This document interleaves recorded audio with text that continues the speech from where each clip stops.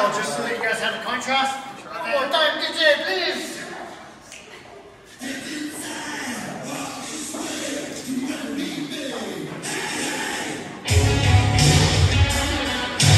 5, 6, 7, 8, 1,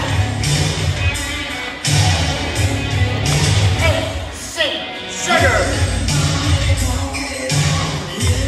And scoop and pull with your hands. Grab it, yoga. Walk it out.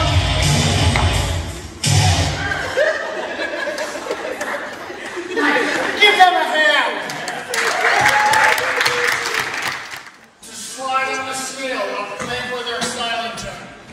Be in the gray zone, not so much the extremes of feminine and masculine, which nowadays we turn degender. So let's go with canine and feline.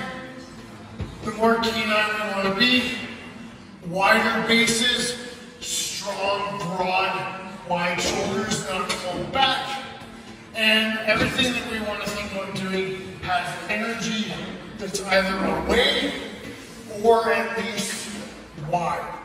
So when I'm walking, I'm low so I can be wide in my stance still, even though I'm narrow this way, I'm a lot wider this way.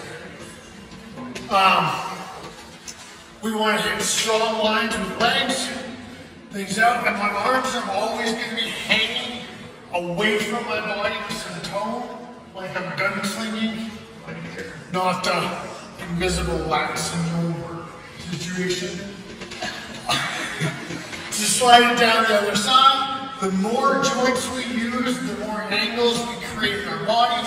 So even if I'm moving my arm, as soon as I add more joints to it, it's going to start making it more on that feline side. So we think of our base tall, narrow, and angled. So anything that I want to do, even though I'm sitting down, I'm trying to sit down by actually being taller because I'm going narrow. Instead of just sitting here. This is going to be that gray area versus that. And all of our arm assignment is in towards. It doesn't have to touch. But the base nature is in towards our bodies, accenting the things that are moving. But lots and lots of joints. Alright? But it's up to you to play around with those contrasts, which we talked about doing with the pencil skirt and bow tie.